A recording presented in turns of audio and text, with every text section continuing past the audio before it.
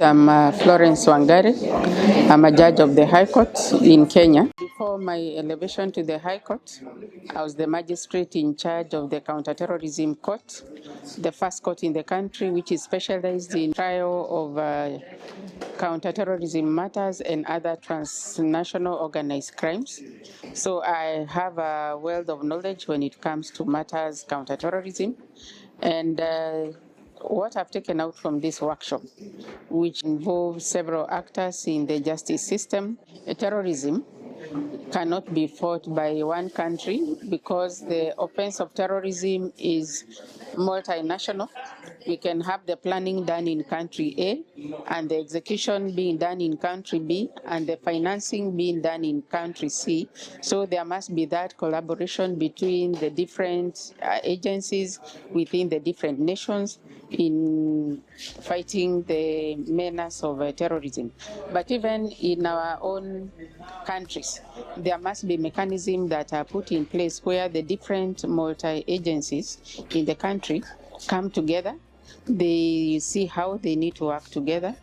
The challenges that are faced, how are they going to eradicate the same so as to make it smooth in terms of investigations, to make it smooth in terms of the prosecution and the trial of the terrorism suspects. When the investigations are led by the prosecution, and we call them the prosecution-led investigations, the chances of winning or attaining a conviction before the trial court are very high, as opposed to where the investigators are working alone as individuals without including the other state actors. Personally, it was a learning experience, getting to hear from experiences from Somalia, from Uganda, from Southern Sudan, from Djibouti, from Ethiopia.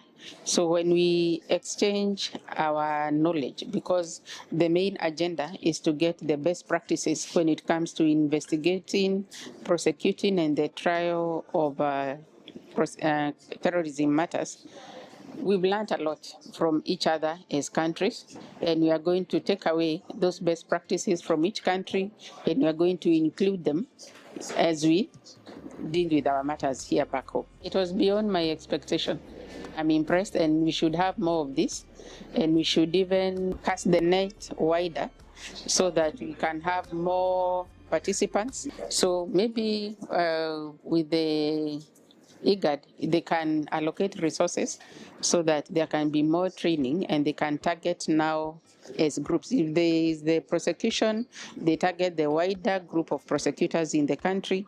If it's the investigators, they target the wider group of investigating officers. And if it's for trial, they target the wider group of magistrates in the specific countries. I think that one would be more fruitful. But even what we've learned here, we are going to engage and inform our colleagues and tell them what we've learned from this workshop.